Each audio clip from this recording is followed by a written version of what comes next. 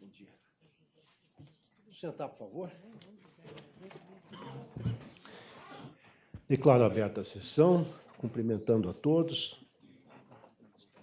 Peço a atenção dos conselheiros para a aprovação da ata da sessão anterior. Consulte se há alguma retificação a fazer. De acordo. Todos de acordo? Então, considero aprovada. Nós temos algumas sustentações orais. Hoje daremos preferência. Vejo que existem advogados de fora. Cumprimento o nobre presidente do Instituto do IASP, de São Paulo, que nos honra com sua presença, os demais também, o presidente João Ricardo, da MB. Está bem. Primeiro da pauta, a ser apreciado por este coleno conselho, é o de número 135. Nós temos 3 sustentações orais, cujo tempo será dividido entre os advogados que representam as partes. Trata-se de um procedimento de controle administrativo de número 0006935, sendo o relator o eminente conselheiro Gilberto Valente Martins, o requerente é o Ministério Público do Distrito Federal e Territórios, os interessados, o Conselho Federal da Ordem dos Advogados do Brasil, a Ordem dos Advogados de Seção de São Paulo, o Instituto dos Advogados de São Paulo, Antônio Henrique Graciano Suxberger, requerido TJ do DF Territórios.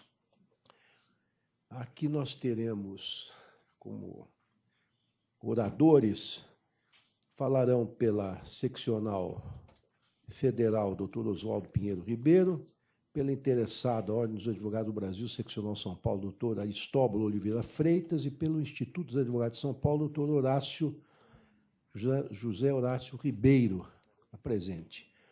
Então, eu concedo a palavra ao eminente conselheiro Gilberto Valente Martins. Obrigado, presidente. Bom dia aos demais conselheiros. Bom dia também à vice-procuradora-geral da República, a doutora Ela, os demais que compõem a mesa aqui dos trabalhos, os juízes auxiliares, os senhores advogados. Eu vou fazer, presidente, tão somente a leitura da parte dispositiva, visto que o relatório desse voto, eu acho que justifica a dispensa, se as partes também assim o concordarem, pois foi disponibilizada já há algum tempo no sistema e, portanto, faço a leitura tão somente, presidente, da conclusão do voto. Concluo, presidente, Pois não. Entendendo de que os atos administrativos dos tribunais, que estabelece suspensão de prazos, publicações, vedações, a realização de audiências e sessões de julgamento, não se coadunam com o princípio da celeridade, representando grave obstáculo ao regular andamento dos processos no âmbito do Poder Judiciário. Eu não vou citar todo o dispositivo, mas concluo dizendo que foi julgado procedente, entendo que deve ser julgado procedente o pedido do Ministério Público para cassar o ato do Tribunal de Justiça do Distrito Federal e os atos dos outros tribunais que determinam a suspensão ou não da realização de atos processuais nos meses de janeiro de 2015, para além do disposto na Resolução 08 de 2005, sob qualquer pretexto, ressalvadas as hipóteses de interrupção por inviabilidades técnicas momentâneas que devem ser expressamente comunicadas a este órgão. Então, o voto conclui pela procedência do pedido, senhor presidente. Mas, senhor presidente... Pois não. Então, Vossa Excelência já adiantou o seu voto. Eu agora concedo a palavra ao doutor Oswaldo Pinheiro Ribeiro Júnior. Os senhores terão que dividir o tempo. Desculpe, senhor presidente. Senhor presidente. Do ministro, afirmando meu impedimento, eu componho o colegiado de onde proveio a decisão, ora, recorrida. Portanto, Pois não. estou afirmando meu impedimento. Sentado o impedimento. Então, de Vossa Excelência. Vossa Excelência está com a palavra. Senhor presidente, falará pelo Conselho Federal nosso presidente maior. Pois não. Sim? Vai. Bem, então, com a palavra, o doutor Marcos Vinícius Furtado Coelho. Presidente, inicialmente gostaria de saudar Vossa Excelência, todas as senhoras e os senhores conselheiros do Conselho Nacional de Justiça, senhora vice-procuradora-geral da República, os colegas advogados, o senhor presidente da Associação dos Magistrados Brasileiros, presidente do IASP, aqui presente, representante da Associação dos Advogados de São Paulo também. Gostaria de, inicialmente, dizer que não há como confundir dois conceitos que são totalmente distintos. O primeiro conceito, que é o constitucional, que diz respeito às férias coletivas do Poder Judiciário. De fato, esta é uma matéria constitucionalizada, não haveria como qualquer dispositivo infraconstitucional tratar de férias coletivas, que significaria a impossibilidade da presença do magistrado no fórum, trabalhando, realizando as suas atividades normais. Não é disso que se cuida. Não se cuida, portanto, de postular ou de deferir férias coletivas para a magistratura, porque isso não seria possível. É só matéria de reserva legal, de reserva constitucional. Uma outra matéria que não há de ser confundida com esse tema é o recesso forense. O recesso forense é também regulamentado no âmbito federal por lei. Há uma lei federal que estatui o recesso forense, no qual as atividades jurisdicionais são suspensas, as atividades funcionais do magistrado. O recesso forense na Justiça Federal, ele vai de 20 de dezembro a 6 de janeiro. Então, não há como confundir, excelente presidente, esse tema com férias coletivas, porque ele se encontra constitucionalizado, nem com recesso forense, porque é matéria de reserva legal. Obviamente que, se se tratasse de férias coletivas ou recesso forense, a advocacia brasileira não estaria pugnando favoravelmente ao pleito, porque isto seria ou inconstitucional ou ilegal. O que se cuida, no ponto, apenas de suspensão dos prazos processuais. Esse é o ponto.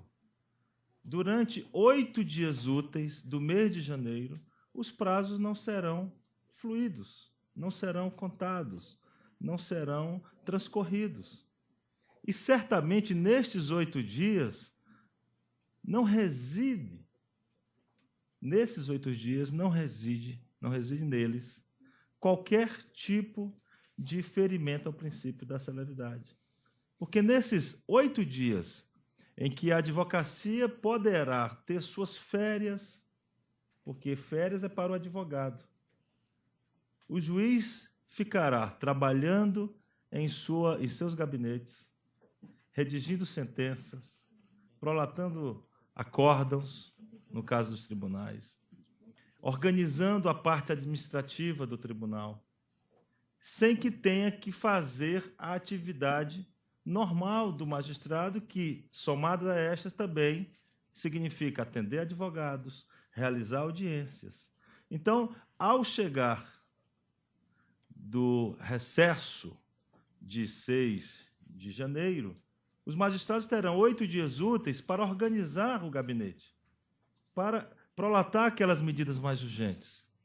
E isso é o que se realiza, o que se efetiva em boa parte dos tribunais do Brasil ao longo de anos. Essa é uma prática reiterada ao longo de anos dos tribunais. Esta matéria, inclusive, excelentíssimos julgadores, no novo Código de Processo Civil já se encontra regulamentada. Foi aprovado no Senado, foi aprovado na Câmara dos Deputados sem qualquer modificação, o que significa dizer que o Senado, na próxima quarta-feira, não poderá alterar este mandamento. Então, este será o último ano, inclusive, provavelmente, que essa matéria terá que ser deferida administrativamente. Então, cada tribunal de justiça, ao regulamentar, ao deferir o que nós chamamos de férias para os advogados, Mas não se trata de férias coletivas para a magistratura, nem de recesso forense, porque significa a suspensão dos prazos processuais e a não realização de audiências que necessitam a presença do advogado, a não realização de atos que necessitam a presença do advogado, por 8 dias úteis, significará o complemento de um sonho antigo, reiterado da advocacia brasileira. Cerca de 18 mil inscritos na última Conferência Nacional dos Advogados. Este número de advogados, de forma unânime, aprovou esta matéria em sua redação final, na Carta da Conferência Nacional. Tamanha importância para a advocacia. E não é importante para os grandes escritórios, porque os grandes escritórios de advocacia se organizam. É importante para o advogado pequeno, o advogado sem estrutura, aquele que milita sozinho, com um colega de escritório, esse que não tem férias nunca e que, portanto, passará a ter esse período de férias. Ademais, presidente, para não tomar o tempo dos demais que irão sustentar, penso que o presidente do IASP que se encontra, o representante da ASP, irão também falar. Esta é uma matéria, excelentíssimo presidente, da autonomia dos tribunais. Ou bem, os tribunais do país têm autonomia constitucional para regulamentar a sua estrutura administrativa, o seu funcionamento, ou os tribunais não têm. O Conselho Nacional de Justiça há de deferir uma linha. Ou assegura aos tribunais autonomia, ou não assegura. Obviamente que, se tratasse de uma medida inconstitucional ou ilegal, não há autonomia que possibilite uma ilegalidade nem uma inconstitucionalidade. Mas, como disse no início, não se trata de ilegalidade nem de inconstitucionalidade, mas de medida no âmago do Tribunal de Justiça. O próprio relator já excepcionou.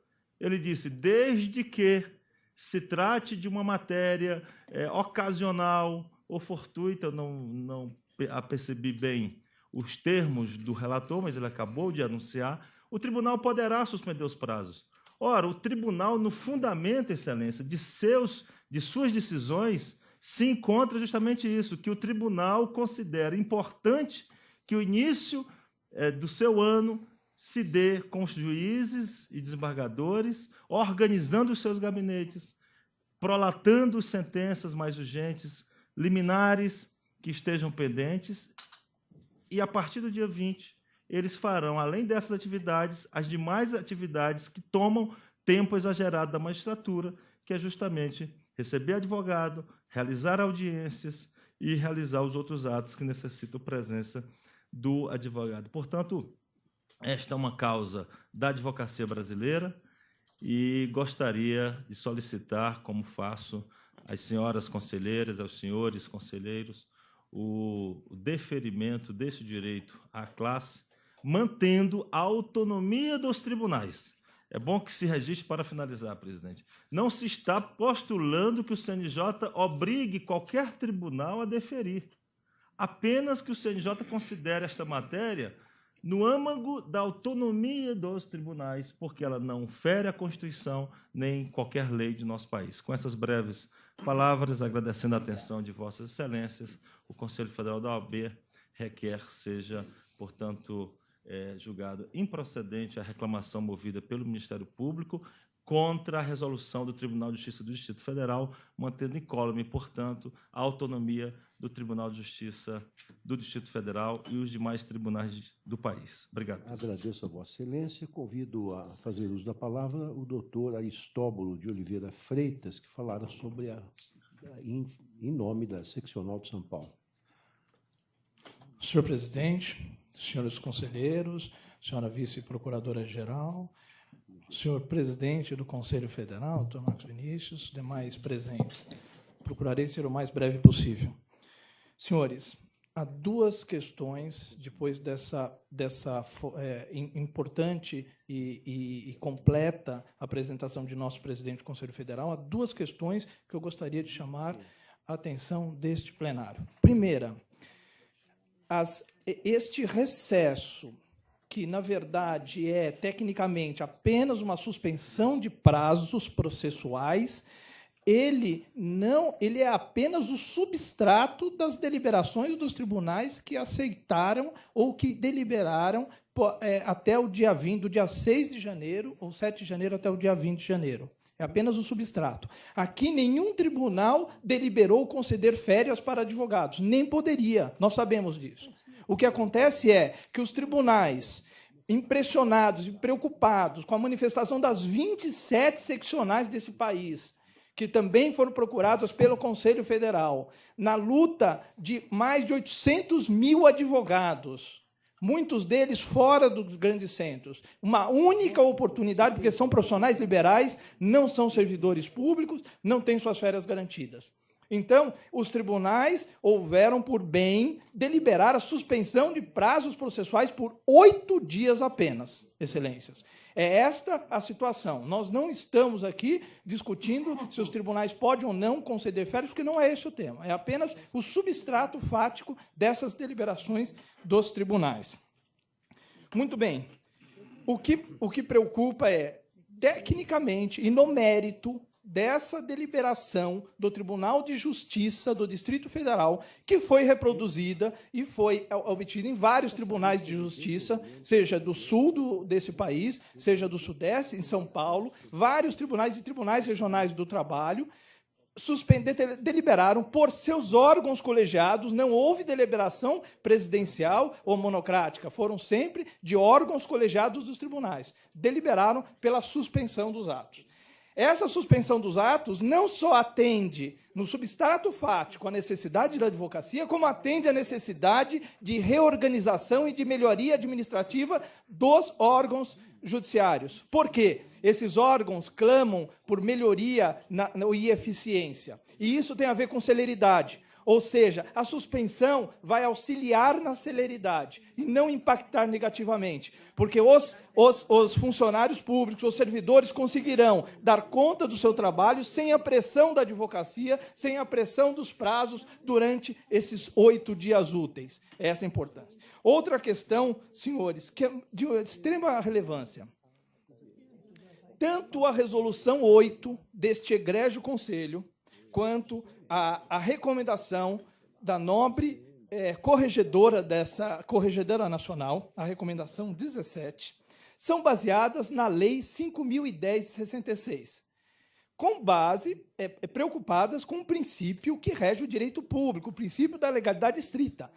Porém, senhores conselheiros, o princípio da legalidade estrita não dialoga com a analogia legis, pois a Lei 1.510 trata disciplina Justiça Federal e não a estadual.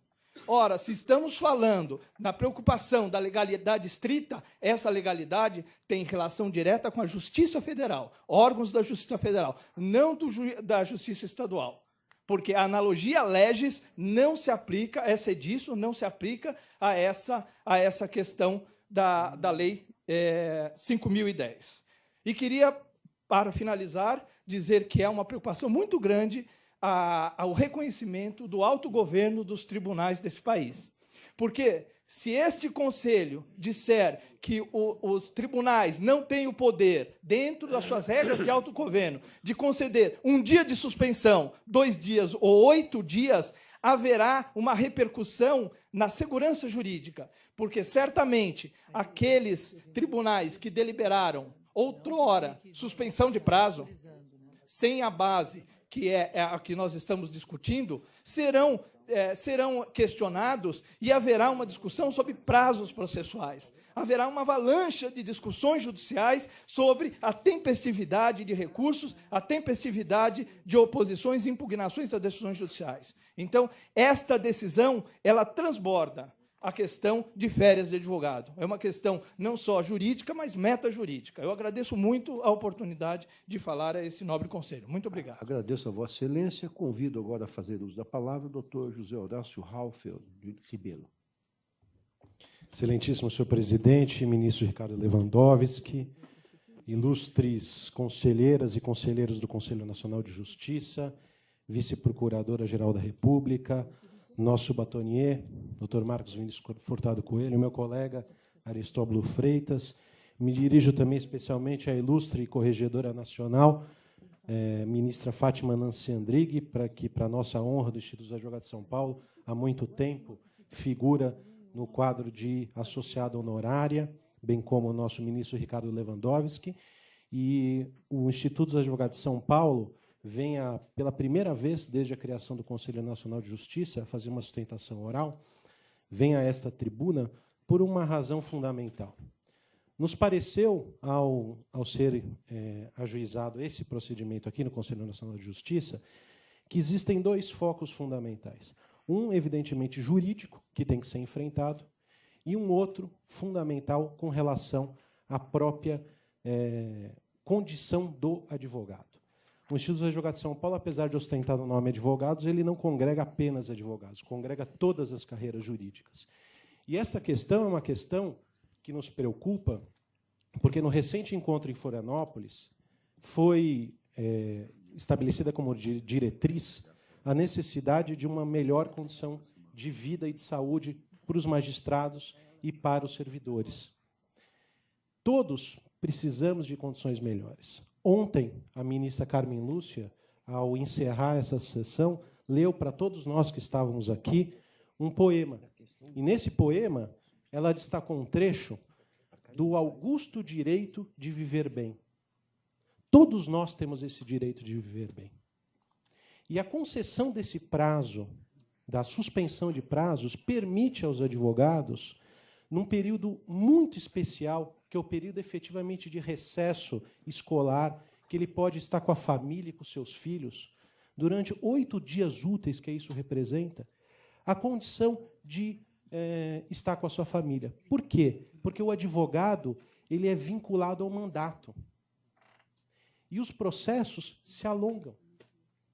Diferentemente das outras profissões que oficiam conforme a posição que ocupam, o cargo que ocupam, a posição hierárquica no tribunal.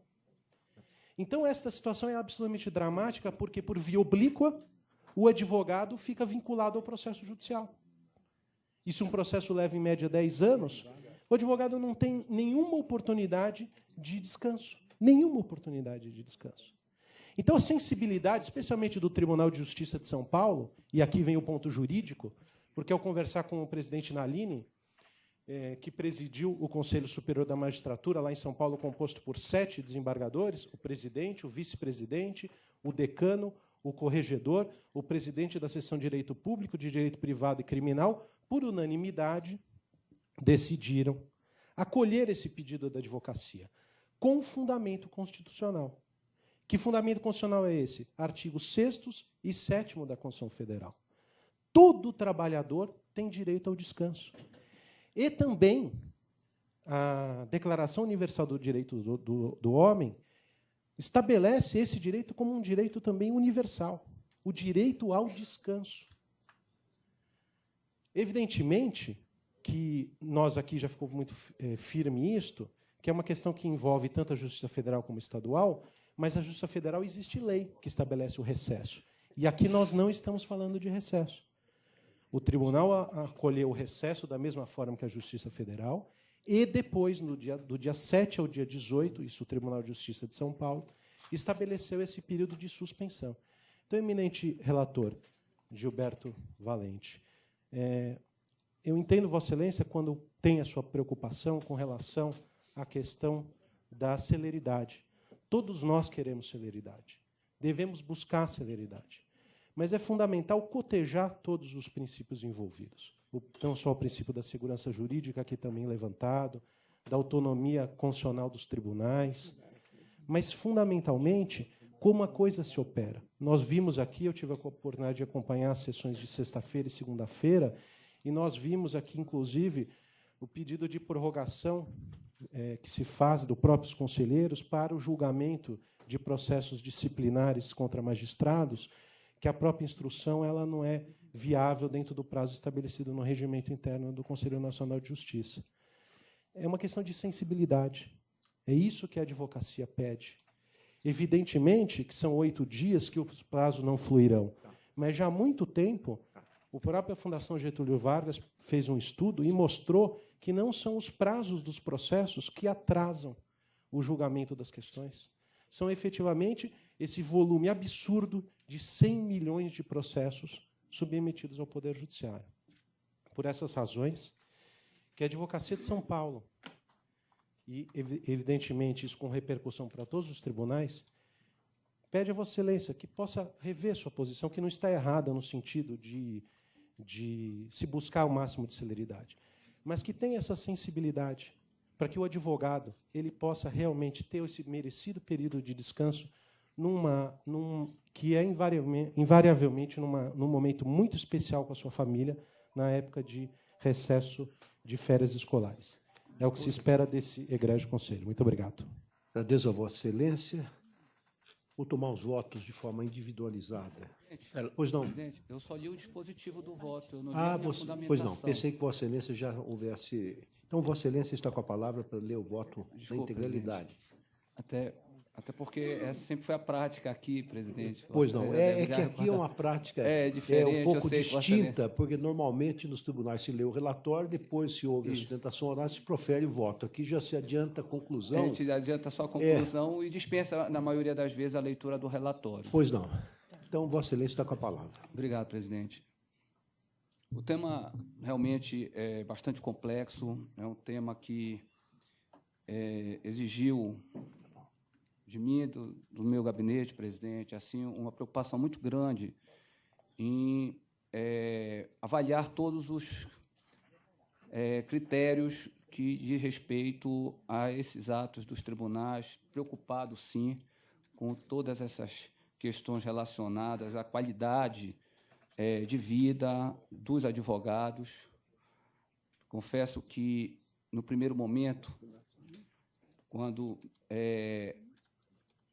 me deparei com a solicitação formulada pelo Ministério Público do Distrito Federal, eu estava absolutamente inclinado. Muitas vezes a gente tem um sentimento, presidente, de se deparar com questões em que a gente olha pelo lado humanitário, pelo lado especificamente de atender um interesse maior, um interesse coletivo.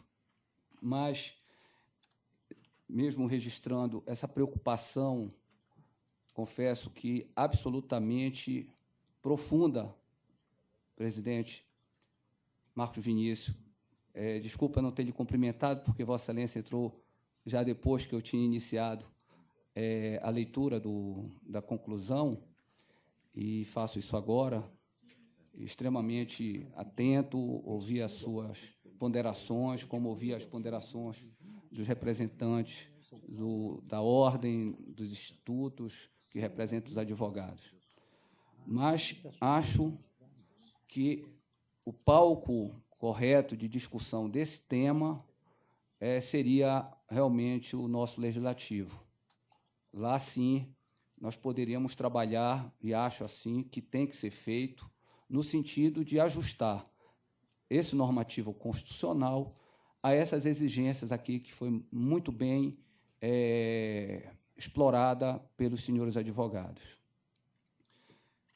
Faz parte do relatório, senhor presidente, o levantamento que fiz junto aos tribunais de justiça e a todos os tribunais federais a respeito de atos normativos, com o propósito de estender o período de recesso, o período de interrupção de prazo, até o dia 20 de janeiro, no período compreendido entre 7 e 20 de janeiro.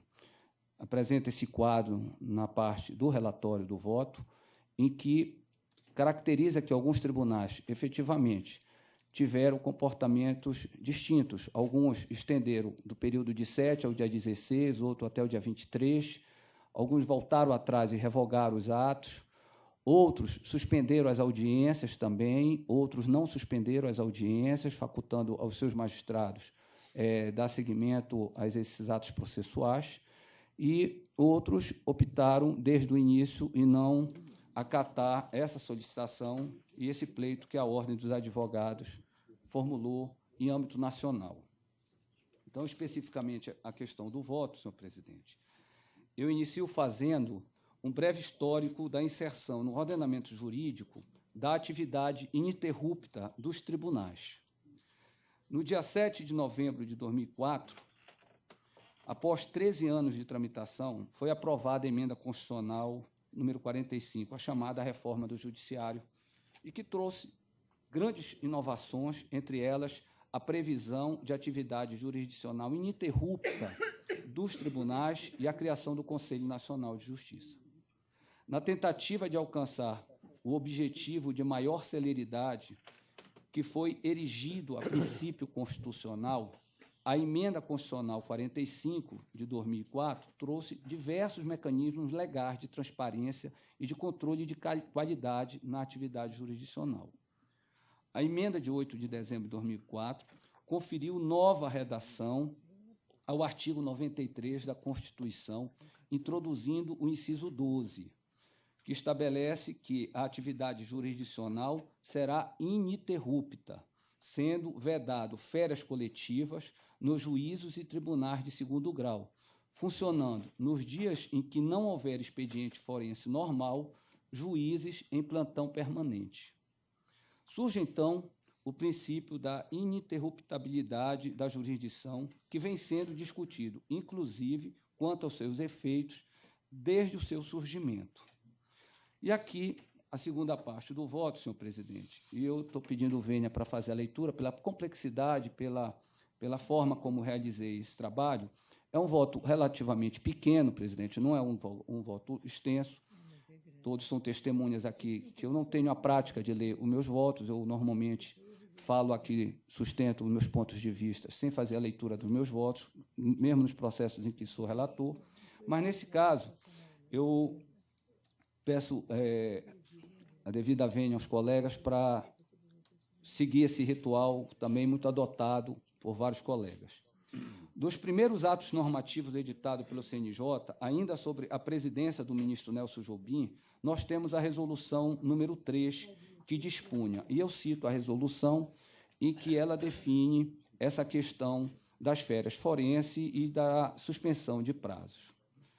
Do ato, vemos que os tribunais, no ano de 2005, foram cientificados pelo Conselho quanto à vedação das férias coletivas, sendo inadmissível qualquer justificativa relativa a períodos futuros. Voltando à tona a questão em 2006, o CNJ resolveu revogar o disposto no artigo 2º da resolução número 3, que dispunha exatamente sobre a vedação às férias coletivas e a inviabilidade das justificativas, resolução número 24. Dos considerandos do ato normativo de 2006, vemos que a alteração da resolução número 3 de 2005, o CNJ deu-se em razão de diversas manifestações e manifestações de associações e também da própria Ordem dos Advogados do Brasil, no sentido de que as suspensões das férias coletivas havia causado graves prejuízos à prestação jurisdicional nos juízos e tribunais de segundo grau, comprometendo os princípios da celeridade e da eficiência.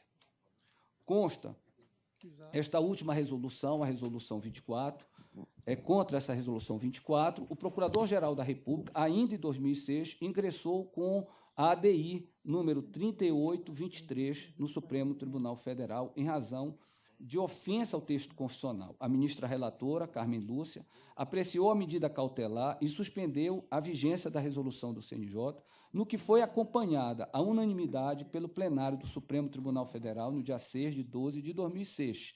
Então, mostra que o assunto já havia sido, no passado, também discutido. E, de acordo com o voto da relatora, a nova redação do artigo 93(12) da Constituição contempla o chamado princípio da ininterruptabilidade da jurisdição, o que afasta, consequentemente, a validade de qualquer norma jurídica que vá de encontro a ele. A ministra ressaltou que não é o fato de determinada norma ser inconveniente que seja ela desrespeitada, ou seja, se as férias coletivas são melhores para os juízes e advogados, que se altere a Constituição pela via legal. O que não se pode é ignorar um claro mandamento constitucional. O advento de uma norma jurídica a inovar o sistema pode demonstrar, em sua aplicação, inconvenientes e condições indesejáveis que impõem a sua mudança. Mas eventuais inconvenientes não são razões suficientes para se deixar de cumprir a norma jurídica enquanto ela estiver em vigor, menos ainda quando se cuidar de norma constitucional.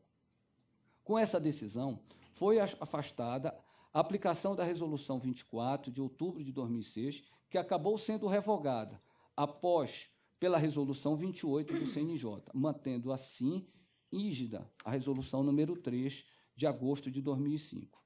Há ainda uma nota técnica, a 07 de 2009, de relatoria do meu antecessor, o conselheiro Felipe Locke, e do conselheiro Humberto e do conselheiro Rui Stocco.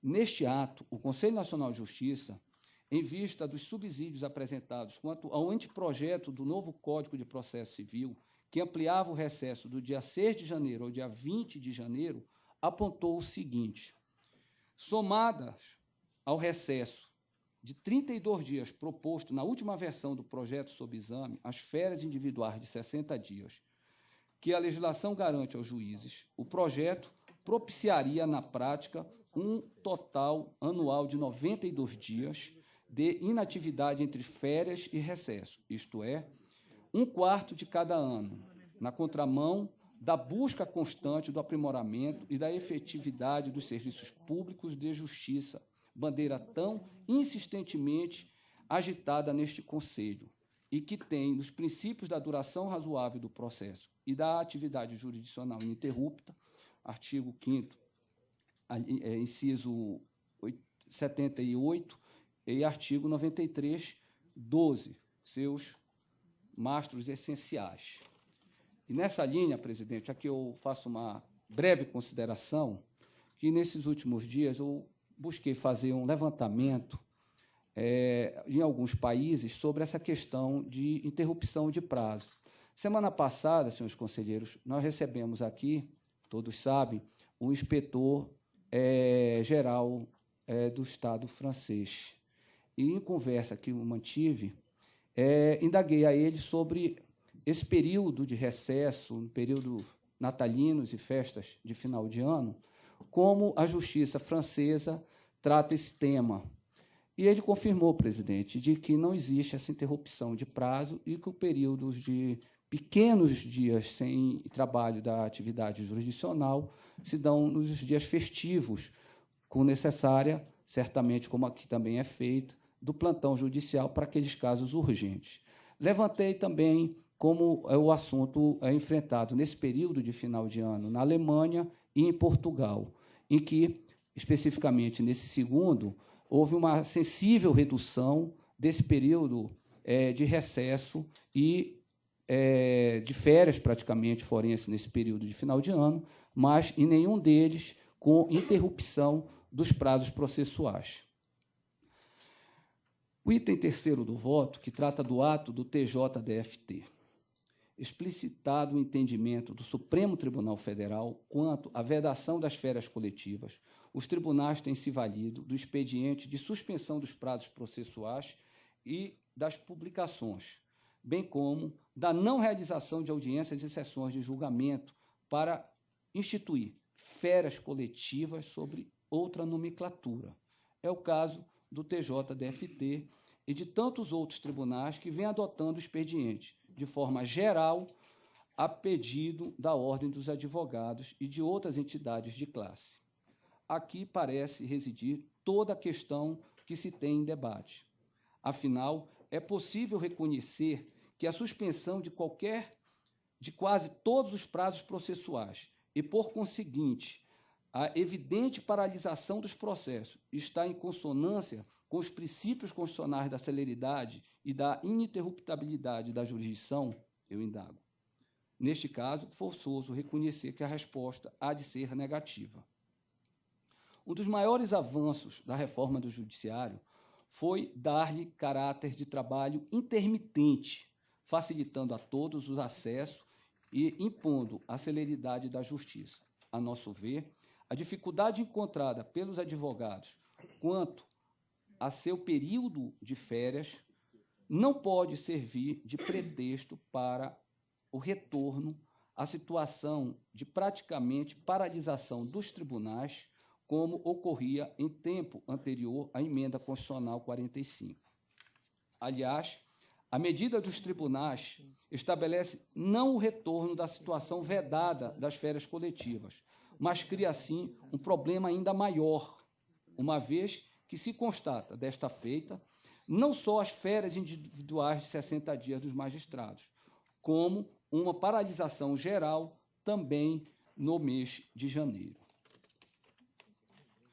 A interrupção de seus processos, dos atos processuais, adotada pelos tribunais, diminui ainda mais a movimentação da máquina judiciária, em um sistema já corroído por tantas medidas incompreendidas pelo jurisdicionado, destinatário final das atividades dos magistrados.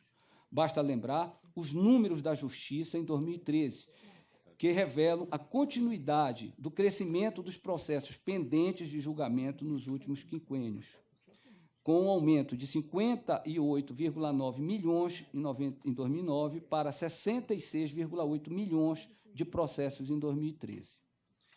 É inviável a manutenção das férias individuais e as paralisações do mês de janeiro, porque, na prática, o incremento acabaria por perfazer o total anual de mais de 90 dias de inatividade.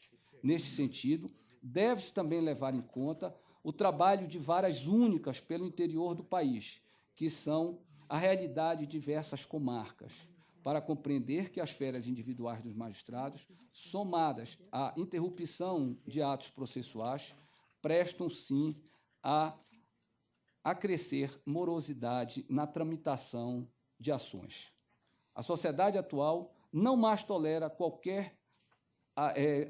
aguardar longos prazos para ver seus pedidos atendidos, requerendo situações mais rápidas e, por conseguinte, eficazes. Nesse sentido, nos parece que a suspensão de grande parte da atividade jurisdicional não encontra respaldo na Constituição Federal.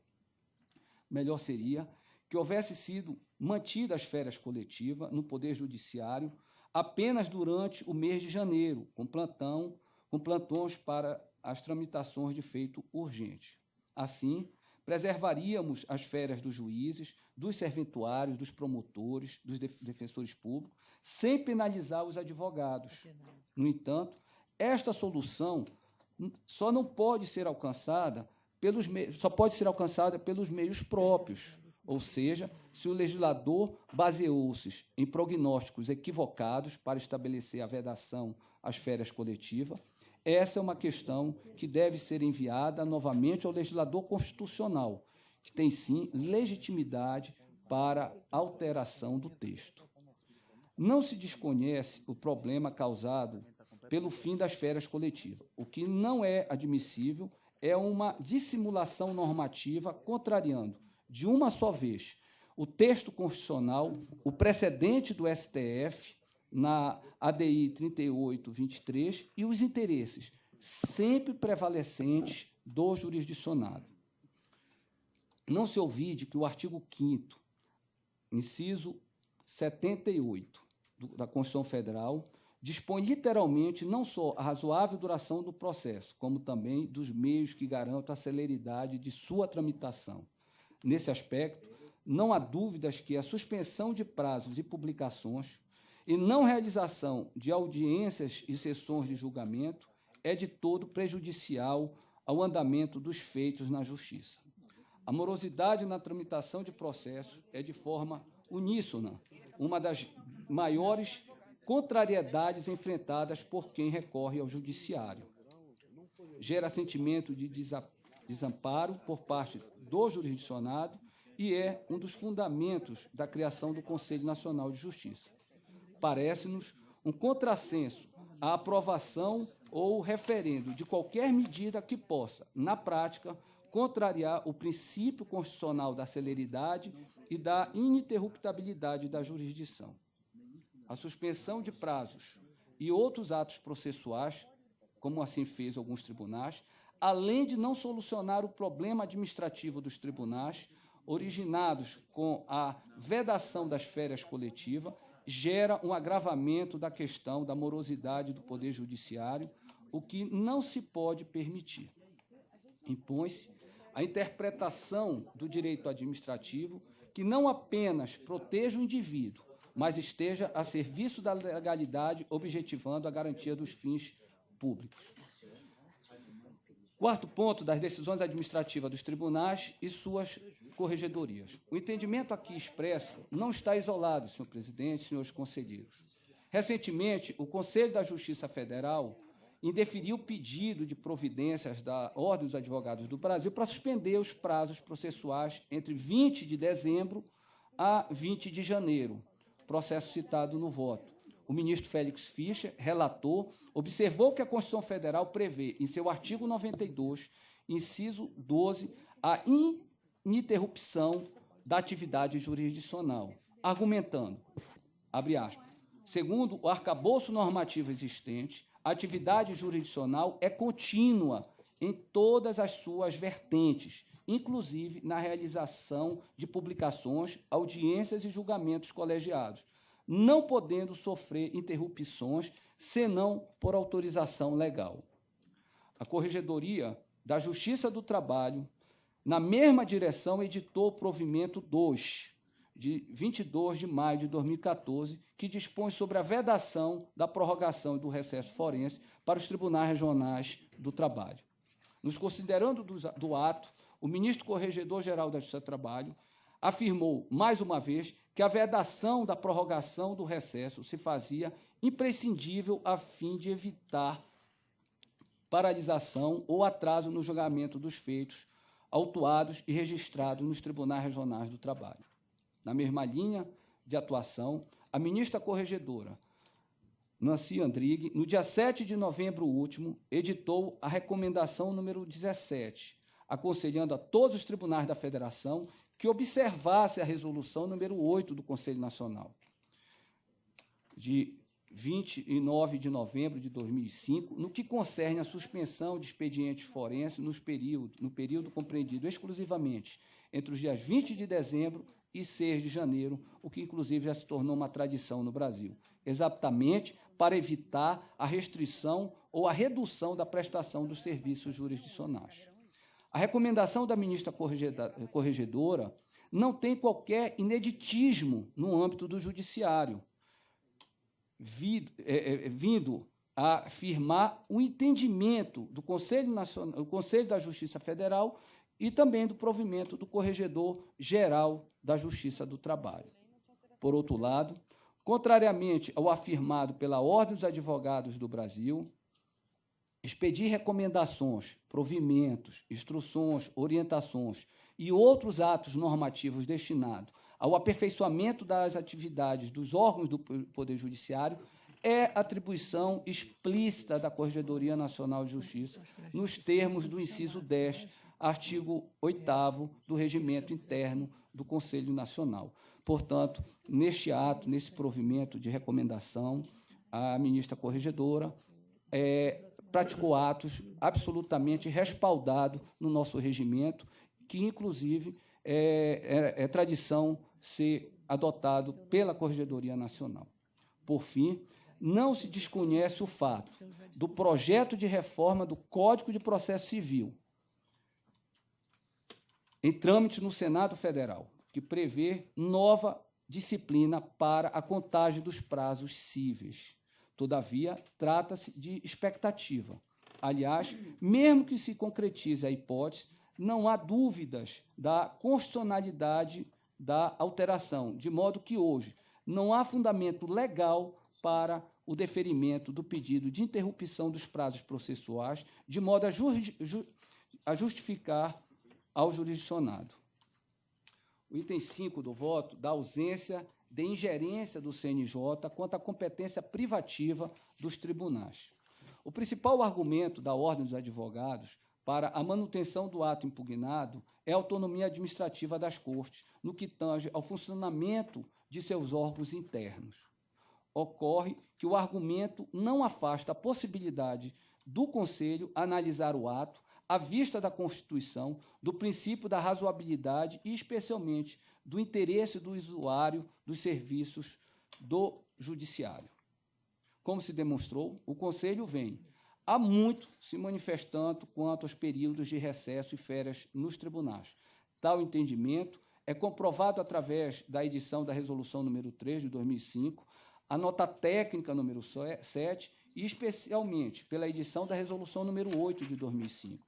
Esta última, aliás, editada no interesse dos advogados, como expostos em seu considerandos, sobre o qual não se tem notícia de qualquer ação impugnatória. Por outro lado, não se trata de horário de atendimento, como parece querer fazer acreditar a interessada. Trata-se, sim, de suspensão de atividades essenciais, ditas ininterrupta pelo texto literal da Constituição. Nesse diapasão, basta lembrar que um dos argumentos da criação do CNJ é exatamente a celeridade que, claro, não se alcançará com o sobrestamento de atividade jurisdicional por tão extenso período. E agora, presidente, na conclusão, entendo que os atos administrativos dos tribunais que estabelecem suspensão de prazos, publicações, vedações e a realização de audiências e sessões de julgamentos não se coadunam com os princípios da celeridade, representando grave obstáculo ao regular andamento dos processos no âmbito do Poder Judiciário. Nesse sentido, forçoso reconhecer que não tem o Conselho Nacional de Justiça ou qualquer outro órgão, isso aqui, uma citação que eu estou fazendo, do Judiciário ou de qualquer outro poder, competência para tolerar, admitir ou considerar aceitável prática de inconstitucionalidade, como já afirmado pela ministra Carmen Lúcia e referendado in toto pelo plenário do Supremo Tribunal Federal no julgamento da ADI 3823. Assim, julgo procedente o pedido do Ministério Público do Distrito Federal e Território, no PCA 6393-7, para cassar o ato do Tribunal de Justiça do Distrito Federal e Território e os atos de outros tribunais que determinem a suspensão ou a não realização de atos processuais no mês de janeiro de 2015, para além do disposto na Resolução número 8 de 2005, sob qualquer pretexto, ressalvadas as hipóteses de interrupção por inviabilidades técnicas momentâneas que devem ser expressamente comunicadas a este órgão. Em face desta decisão, fica prejudicada a análise do procedimento do PP 653836. Intime-se os tribunais estaduais, os tribunais regionais do trabalho, os tribunais regionais federais, os tribunais militares e também os tribunais regionais eleitorais, encaminhando-se cópia desta aos Conselhos da Justiça Federal e da Justiça do Trabalho.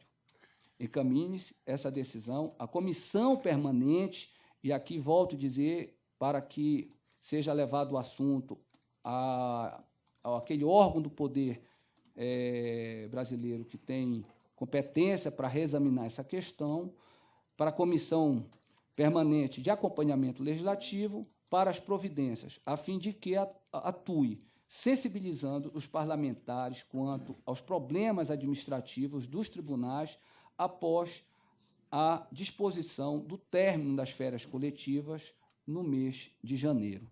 É assim como voto, senhor presidente e senhores conselheiros. Agradeço a Vossa Excelência. Então, o relator Gilberto Martins julga procedente nos termos em que pronunciou seu voto, com as consequências que enuncia. Toma o voto individualizadamente agora de todos os conselheiros, a começar do conselheiro Paulo Teixeira. Senhor presidente, eu teria uma divergência para apresentar. Sim. Eu Vossa indagava Excelência, Vossa Excelência se não seria apenas para otimizar os debates. Enfim. Bem, se for breve, é que Vossa Excelência seria o terceiro. Nós chamaríamos o doutor Paulo Teixeira, depois a doutora Gisela Emanuel, que é Vossa Excelência, mas se Vossa Excelência quiser enunciar alguns pontos de forma resumida, acho que ajuda ao debate. Não, presidente, muito obrigado. Seria bastante sucinto na minha divergência. O relator em seu longo e respeitável voto, enumera, enfim, artigos da Constituição, diversos fundamentos. Não me parece que está dentro de uma razoabilidade e com relação à respeitabilidade das decisões desse próprio plenário, desse Conselho.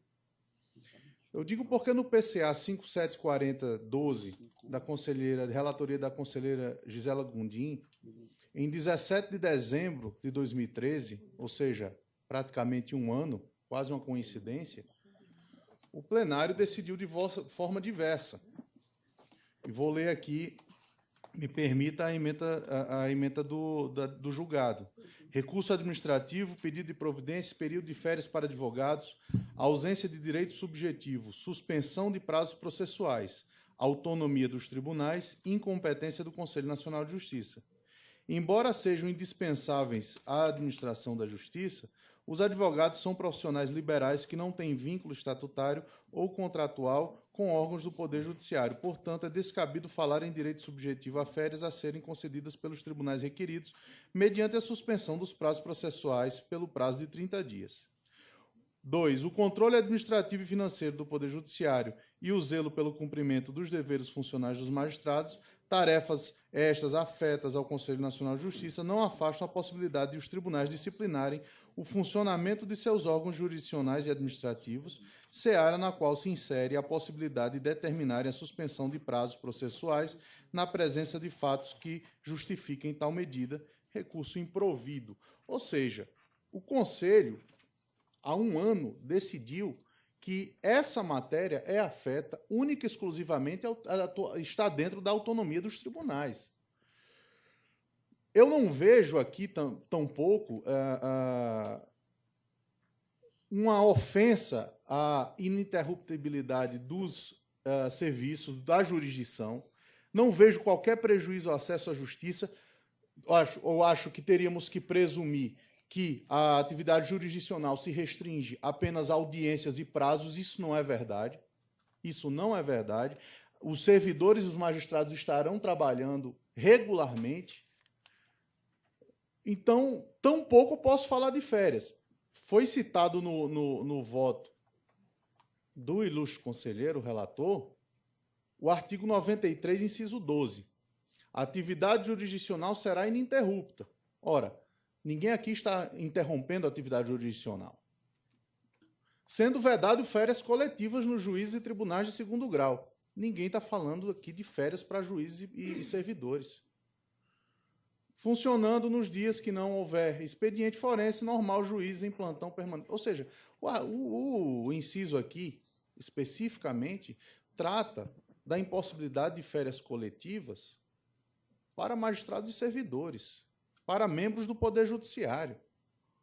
Eu acho que sequer a gente está aqui falando de férias. A gente, claro, a gente adota uma nomenclatura geral, eu acho que até informal, de férias para advogados, mas não se trata de férias propriamente ditas.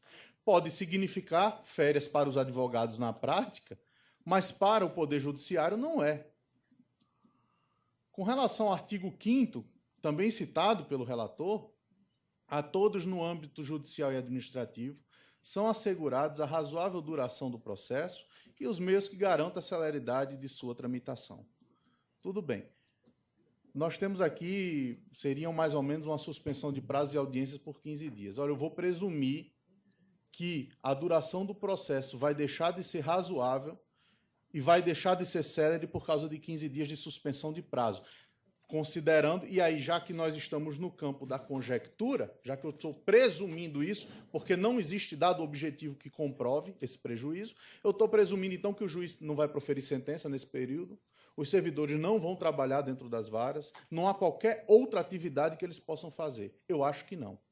Então, eu não vejo um prejuízo imediato, nem tenho dado objetivo para afirmar que esse prejuízo existe.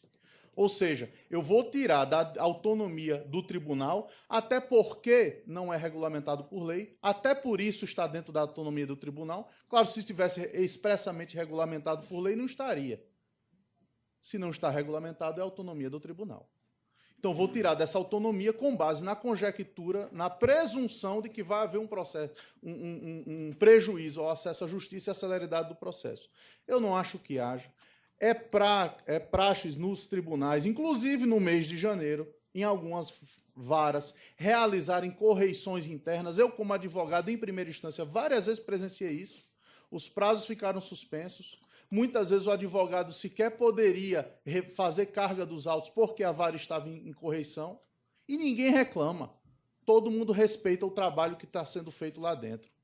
E agora, nesse momento, aí disse que não pode, nós não podemos realizar qualquer suspensão de prazo. Então, presidente, eu não vejo como tirar, pelo menos no contexto, inclusive legislativo atual, retirar essa matéria da autonomia dos tribunais. Então, presidente, com todo respeito ao ilustre relator, aos fundamentos que trouxe no seu voto, eu externo aqui a minha divergência, no sentido de que esta matéria está inserida exclusivamente na autonomia dos tribunais e não deve, não pode e não deve o Conselho Nacional de Justiça se imiscuir. Ou então, Vossa Excelência já profere o voto pela improcedência. Posso computar? Sim. Pois não. Doutor Frichaiser, nós já temos aí um contraditório. Vossa Excelência quer aduzir algum fato novo? Gostaria. Brevemente, por gentileza. Brevemente. Não, eu, já também adiantando o meu voto, com o relator, a questão aqui, me parece, embora tenha havido o precedente citado pelo conselheiro Emanuel, eu creio que aqui estamos tratando já de um caráter bem mais geral, com atos, se não em todos os tribunais de justiça, na maior parte deles, inclusive em contraponto a um ato que vai exatamente ao contrário do Conselho da Magistratura do Trabalho. O ponto, para mim, embora todas as sustentações orais falaram em férias. Não são férias, mas direito do advogado de descansar, o direito do advogado de estar com a sua família, o direito do advogado de gozar o recesso de janeiro, as férias escolares em janeiro. O presidente da Ordem, inclusive, mencionou que no período não seriam feitos atos com a participação dos advogados. E aí eu já faço uma distinção entre os prazos cíveis e os prazos criminais. Os prazos cíveis e criminais, inclusive no Código de Processo Civil e no Código de Processo Penal, são tratados de forma diferente. Os casos de suspensão são diferentes. E são diferentes porque a natureza das ações são diferentes. Não vão ser realizadas audiências com réus presos? Os processos de réus presos serão suspensos? Como ficariam? E isso leva à minha conclusão de que essa matéria, de forma genérica, como acaba sendo tratada, embora de ato a ato de processo, deve ser tratada por lei. Porque o Código de Processo Civil terá as suas características, o Código de Processo Penal terá as suas características. E mais, eu trago aqui o meu próprio testemunho de quando não existiam, quando ainda existiam as férias forenses em segundo grau. O que acontecia? Num primeiro momento, o tribunal tinha o plantão. No segundo momento, os TRFs tinham plantões já de uma turma para os habeas corpus. E, no final, já vinham julgamentos de habeas corpus. Porque os habeas corpus, 8 dias para um habeas corpus, são muitos dias. E a defesa sabe disso, porque senão não seriam necessários justamente os plantões de fim de semana. Então, não são só as liminares, há muitas características do processo civil e do processo penal que não podem ser confundidas. E essa matéria de lei, para mim, essa questão é matéria de lei. Porque quando se diz os atos serão feitos em primeiro grau, e aí agora já em primeiro grau, sem a presença do advogado, a primeira pergunta é como fica a instrução dos processos criminais, que amanhã serão todos levantados pela própria defesa nos habeas corpus e no excesso de prazo. Essa generalidade das resoluções me parece um problema. E a questão da matéria legal, para mim, a questão da reserva legal é a mais importante de todas. E não serão só as juizâncias criminais, como ficam os juizados. Os juizados, 8 dias nos juizados, numa pauta de audiência de juizado, faz muita diferença. Então, todas essas questões me remetem à questão da reserva de lei. Compreendo a necessidade dos advogados descansarem. Para isso, a questão do recesso de 20 a 6, se diz, não existe recesso na justiça estadual ou na justiça do trabalho, por analogia. E outro, todas as vezes que os tribunais suspendem prazos, e aí a questão da autonomia dos tribunais para suspender prazos, há uma razoabilidade e uma urgência. Evidente, por exemplo, no caso de uma greve de Correios, os tribunais suspendem os prazos. É comum. Greve de transportes na cidade. Os advogados não puderam ir. Caiu o sistema de informática no tribunal. Todos esses casos são casos onde há o presidente do tribunal baixa um ato. Ficaram suspensos os prazos, retomaram-se em tanto. Então, tem o caráter de urgência. Onde o caráter de urgência aqui, baseado na autonomia dos tribunais. Eu realmente compreendo a situação, mas acho que essa matéria, nessa generalidade que está posta agora, praticamente todos os tribunais, tribunais de justiça, eu penso que deve ser matéria reservada à lei, como já vem no Código de Processo Civil, e que não abarcará os prazos criminais, porque são exatamente diferentes. O CPP coloca de forma diferente e essa matéria será tratada provavelmente no CPP. Agradeço a Vossa Excelência. Para a matéria fática, o presidente do Conselho Federal tem a palavra para a matéria de fato. E porque também foi mencionado. Excelência, apenas para registrar 2 esclarecimentos de ordem fática.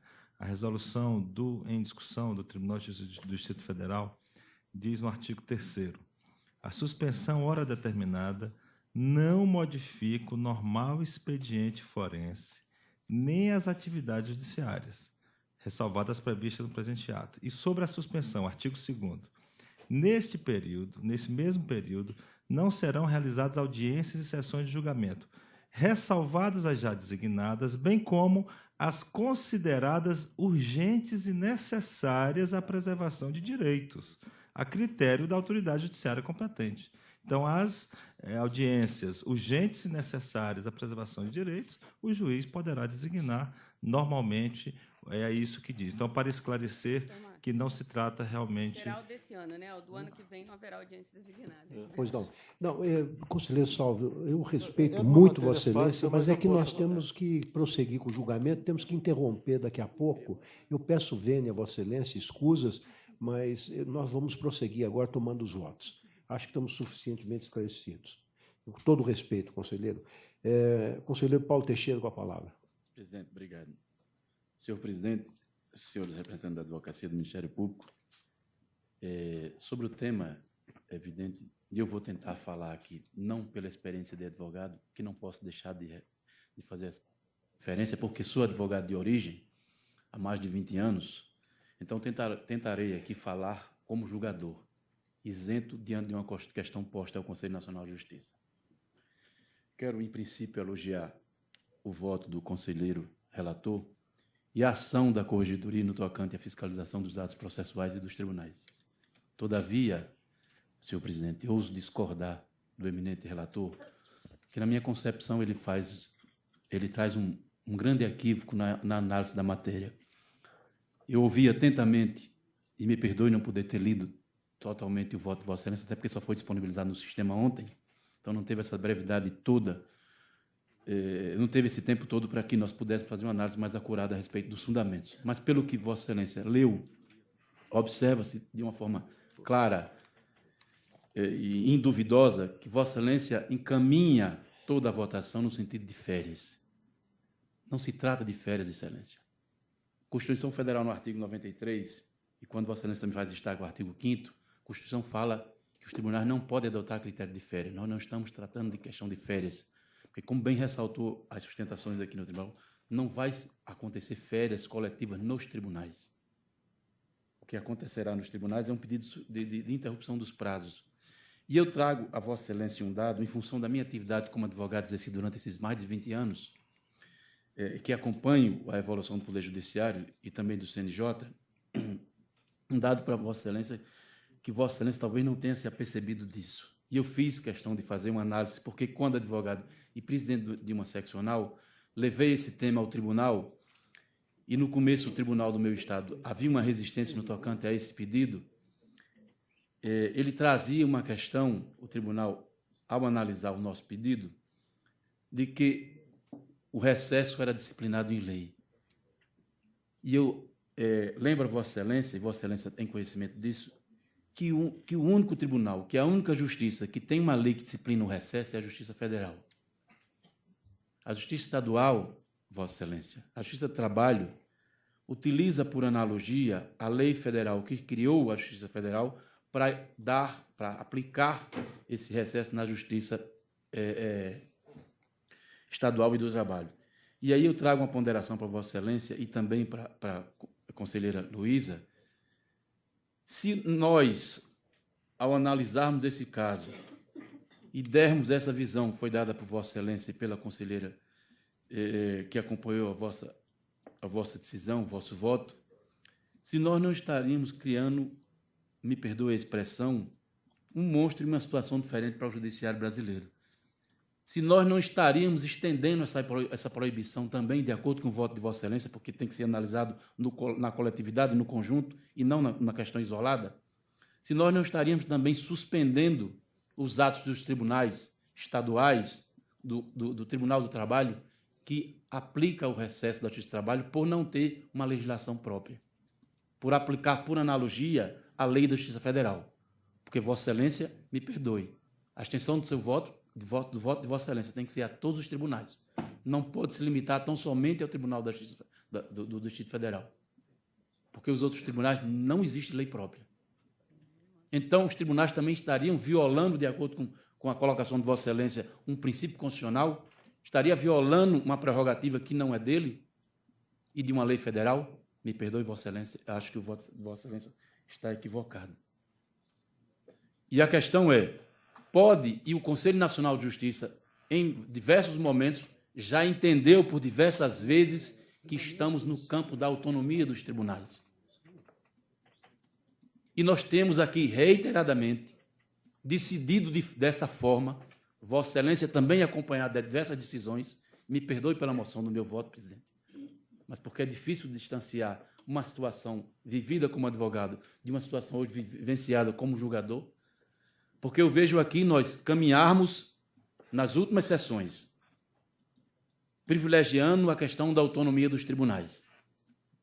E o voto de Vossa Excelência vai exatamente, diametralmente oposto ao que nós temos decidido anteriormente, na questão da autonomia dos tribunais. Será que nós não estamos aqui querendo exercer um direito muito além do que cabe ao CNJ, interferir na autonomia do tribunal, que sente a sua realidade local, para poder estender ou não uma suspensão, um prolongamento do recesso? E aí me preocupa quando Vossa Excelência, ao final do voto, coloca uma situação, e eu vou fazer duas referências ainda mais, permita, presidente. E aí eu me recordo, em função da minha atividade como advogado, suspensa em função da minha atividade como conselheiro, dos tribunais, quando Vossa Excelência coloca no final do voto, que o tribunal tem que pedir autorização ao tribunal para dizer se vai suspender ou não aqueles prazos. Eu me pergunto, quando acontecer aquelas situações emergenciais, e no meu estado agora recentemente, claro que a gente tem excesso, o tribunal, por conta de um evento na cidade, como acontece na sua cidade, senhor conselheiro, com relação ao Cine Nazaré, que há suspensão, eu acho que suspensão dos prazos lá, e salvo engano, o Tribunal de Justiça do vosso estado não pede autorização ao CNJ nem aos tribunais superiores para declarar naquele dia a suspensão dos prazos. E me preocupa muito se nós formos encaminhar no voto de Vossa Excelência para todas as situações atípicas vivenciadas em cada tribunal, que o tribunal venha pedir autorização ao CNJ, comunicar ao CNJ, esperar uma decisão do CNJ, que se reúne a cada 15 dias, para deliberar se vai ou não suspender aqueles prazos. Oxalá o prejuízo que nós ocasionaremos às partes ao judicionado. E Vossa Excelência coloca um dado que me preocupou, quando fez referência à situação da França. E eu, imediatamente, graças a Deus e à tecnologia, nós temos o acesso à internet. E eu disse, meu Deus, será que na universidade que eu estudei, me ensinaram errado? Será que o direito às férias só existe no Brasil? E eu fui fazer uma consulta aqui rapidamente, aos apontamentos, para verificar, para observar se nos demais países do nosso mundo, se existe um sistema de férias. E eu me deparo com uma das cortes mais tradicionais e mais respeitadas no mundo, como a Corte Americana. A Corte Superior Americana tem 3 meses de férias, conselheiro Gilberto. E uma das justiças mais elogiadas no mundo. Então, Vossa Excelência, me perdoe, me perdoe mais uma vez, máxima vênia aos fundamentos, que eu respeito de Vossa Excelência, mas não concordo, porque Vossa Excelência encaminha de forma, me perdoe mais uma vez, e eu faço ressaltar aqui a minha vênia, porque o assunto não se trata de férias. Férias é matéria legal, de reserva legal do Código de Processo Civil, da Constituição, mas nós não estamos tratando de férias. nós estamos tratando da autonomia dos tribunais. Porque o tribunal tem, sim, autonomia, como vem ao longo de vários anos, realizando, efetivando os recessos. E nos próprios atos dos tribunais, quando ampliam o período de recesso, fazem, conselheira Luísa, a ressalva ao habeas corpus. E nós temos que ter cuidado, temos que ter o devido cuidado nessa decisão, porque se nós encaminharmos pelo voto do conselheiro relator, nós vamos tirar a autonomia dos magistrados em dizer qual dia que ele tem que fazer audiência ou não. Isso é ingerência na administração das varas, que cabe ao magistrado qual o dispositivo legal que obriga o magistrado a realizar a audiência de janeiro a dezembro. Isso é conveniência, gerenciamento das varas. E aqui nós vamos impor ao magistrado que no mês de dezembro ele tem que realizar audiências? Isso é efetividade da justiça? Não, isso é interferência na autonomia de gerenciamento da sua vara. O que nós devemos cobrar ao magistrado, e esse conselho tem a responsabilidade, é o andamento processual e o respeito ao devido processo legal e a efetividade das decisões. E eu creio que a ampliação do recesso nada se confronta a isso. Não vejo em nenhum momento a ampliação do recesso prejudicar o jurisdicionado, a movimentação dos processos. Porque os processos serão movimentados, sim. Nós aqui não estamos tratando, me perdoe mais uma vez, presidente, a forma do encaminhamento do voto, mas porque o assunto é palpitante. Nós não estamos aqui discutindo essa situação. Vossa Excelência traz um voto tratando o tema como se fosse férias. Nós não estamos tratando de férias. As férias vão ser disciplinadas pelo novo Código de Processo Civil. Nós estamos aqui diante de uma postulação daqueles que representam o jurisdicionado brasileiro, e é em nome também do jurisdicionado brasileiro que a postulação é realizada. E eu dou um testemunho, senhor presidente, que durante os anos de advocacia e dos anos em que meu Estado atendeu a postulação da advocacia, eu desafio, me perdoe a forma de colocar, se durante esse período que os tribunais ampliaram o recesso, se alguma reclamação veio ao CNJ pela não prestação jurisdicional. Esse é um dado importante a ser observado. Esse recesso que se pede essa ampliação não é de hoje. Isso já acontece há mais de 5 anos. E eu, pela leitura que faço das decisões do CNJ, pelos 12 meses, 13 meses que estou aqui, nunca vi chegar uma reclamação ao CNJ em decorrência dessa ampliação de recesso, porque não houve a efetiva prestação jurisdicional. Vejo chegar aqui reclamações em outro sentido,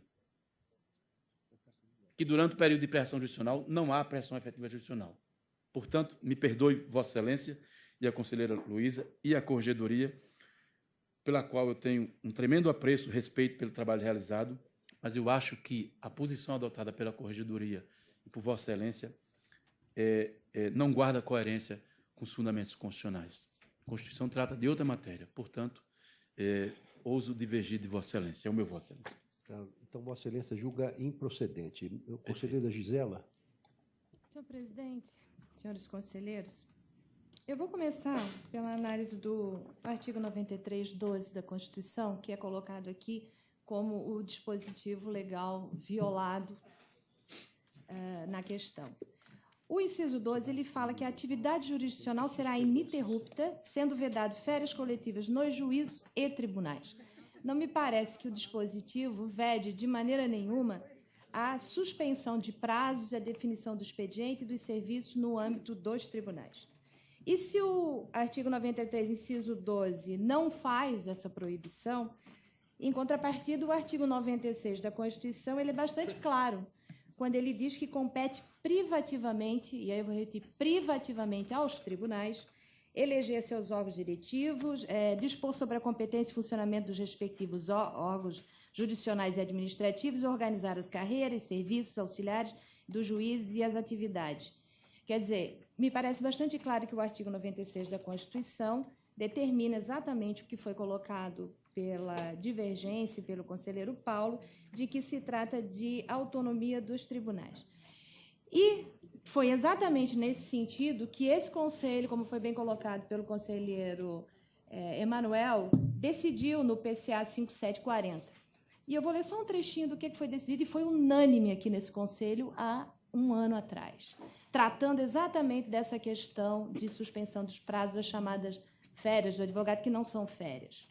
O controle administrativo e financeiro do Poder Judiciário e o zelo pelo cumprimento dos deveres funcionais dos magistrados, tarefas essas afetas a esta Casa, não se confundem com a possibilidade de os tribunais disciplinarem o funcionamento dos seus órgãos jurisdicionais e administrativos, seara na qual se insere a possibilidade de determinarem a suspensão dos prazos processuais. Foi isso que foi determinado por este Conselho aqui nesse procedimento há exatamente um ano atrás. E é nesse sentido também, considerando a autonomia dos tribunais, que o Supremo Tribunal Federal, na AD 4598, suspendeu a Resolução 130 do CNJ, que tratava dos horários de funcionamento dos tribunais.